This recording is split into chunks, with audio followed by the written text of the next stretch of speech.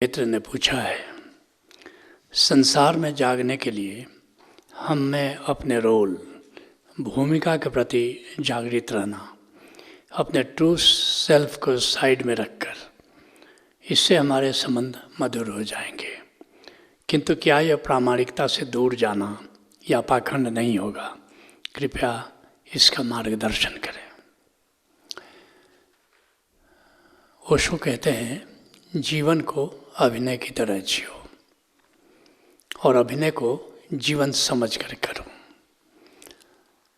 ओशो का ये आर्ष वचन है, जिसको हम समझ लें तो हमारे जीवन में धन्यता हो सकती है, हमारा जीवन आनंद और उत्सव में बदल सकता है। लेकिन जैसा महापुरुषों का वचन, उनका वक्तव्य अधिकतर गलत समझा गया या नहीं समझा गया, ठीक उसी तरह ओशो का ये वचन भी करीब करीब नहीं के बराबर समझा गया। जब भी हम संसार में आते हैं, एक या अनेक हमारी भूमिकाएं होती हैं। अब जैसे कोई ड्रामा कर रहे हो, नाटक कर रहे हो, कोई राम बना है, कोई रावण बना है। अब ड्रामा तो ड्रामा है, जो रोल तुम्हें दिया गया है उस रोल के अनुसार एक्टिंग करना है। अब दो दोस्त हैं, एक राम बना है, एक रावण बना है। अब रावण बना है तो क्या कहेगा, या राम बना है तो क्या कहेगा? राम बना है वो यही कहेगा कि रावण, तुमने मेरी पत्नी को चुराया है, मैं तुमसे निवेदन करता हूँ कि मेरी पत्नी को लौटा दो। हम धन्यवाद देंगे, वापस चले जाएंगे, नहीं तो युद्ध करने के लिए हमें विवश होना पड़ेगा। अब उसका दूसरा दोस्त जो रावण बना है, वो क्या कहेगा? उससे क्या आशा की जाती है कि तुम्हारे भाई ने मेरी बहन की नाक काटी, इसलिए मैं सीता को हरण कर ले आया, मैं नहीं वापस दूंगा। तुम कहोगे ये तो बड़ा पाखंड हो गया। अब वो दोस्त था, उसको कहना चाहिए था, मैं तुम्हारा दोस्त हूँ, मैंने कब तुम्हारी पत्नी को चुराया है। अब सारा खेल तो बिगड़ जाएगा। ये सवाल प्रामाणिकता और अप्रामाणिकता का नहीं है। अब रावण बना है तो प्रामाणिकता इस बात में है कि वो रावण की तरह व्यवहार करे। जो राम बना है तो प्रामाणिकता तो इस बात में है कि वो राम की तरह व्यवहार करे। जो रोल मिला है किसी रंगमंच पर, तो उस रोल के अनुसार आचरण करना ही प्रामाणिकता है। ठीक इसी तरह हम संसार में आए हैं और संसार में देश के अनुसार, काल के अनुसार, परिस्थितियों के अनुसार हमारी भूमिकाएं बदलती हैं। जैसे हम भारत के नागरिक हैं, तो क्या जहाँ देशभक्ति की बात आती है, हमें देशभक्ति की तरह भूमिका नहीं निभानी चाहिए? जैसे हम किसी के पुत्र हैं, हम अपने पिता के सामने हैं, हम अपनी माता के सामने हैं, तो क्या उस समय हमें पुत्र की भूमिका नहीं निभानी चाहिए? तुम कहोगे कि ये तो पाखंड हो गया, मैं तो विशुद्ध आत्मा हूँ, मैं पिताजी के चरण क्यों छूँ? अब सारा खेल तुमने गड़बड़ा दिया। मैं प्रामाणिक हूँ, मैं आत्मा हूँ, कौन बड़ा और कौन छोटा? अब सारा खेल ही गड़बड़ा दिया तुमने।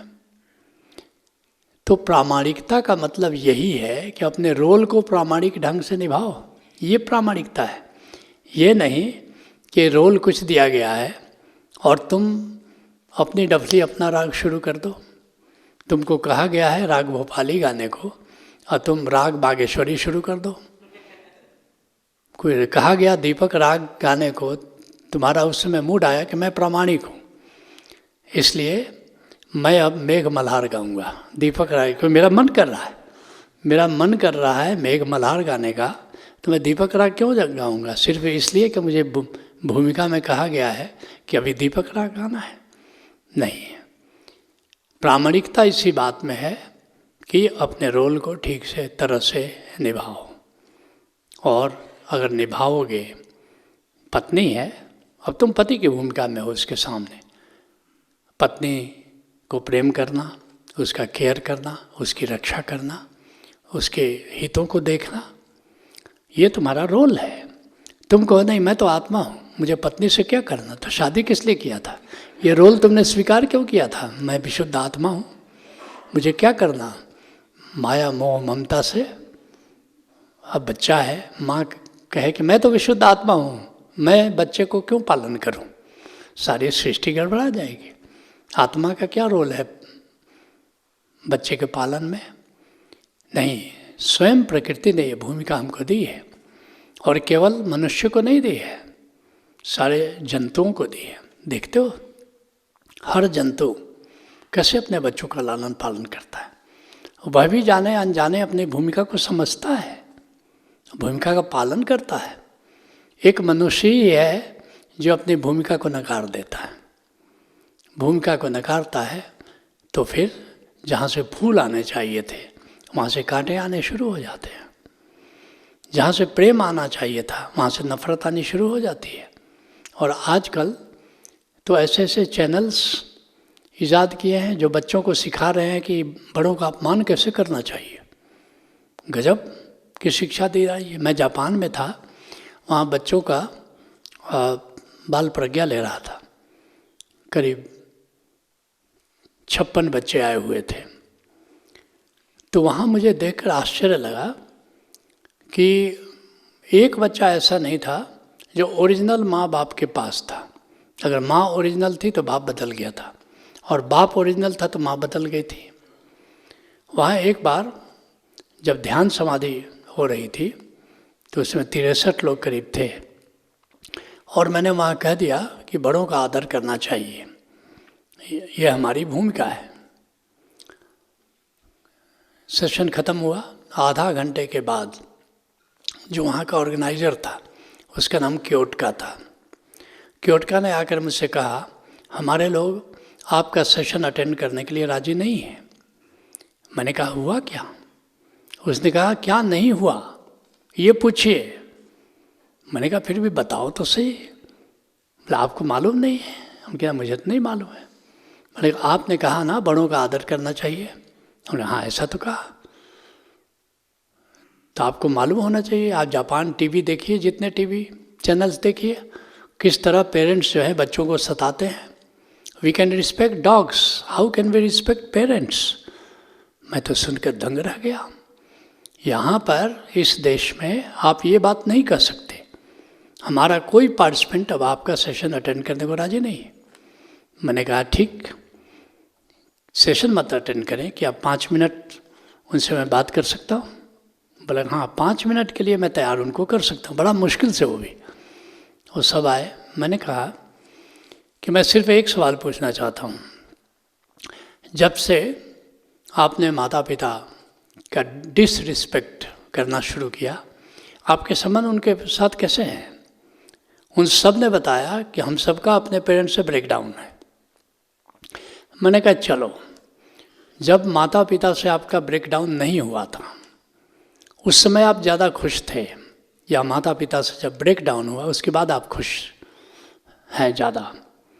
सब ने कहा कि नहीं ये बात तो ठीक है, ब्रेकडाउन के पहले हम ज़्यादा खुश थे, ब्रेकडाउन के बाद हम इतने खुश नहीं हैं, हम टेंस हैं, हम तनाव में हैं, हम दुखी हैं। मैंने कहा तो आप एक प्रयोग करें, मेरे कहने से आप सब अपने पेरेंट्स को फ़ोन करिए, ब्रेकडाउन को ब्रेक थ्रू में बदलिए।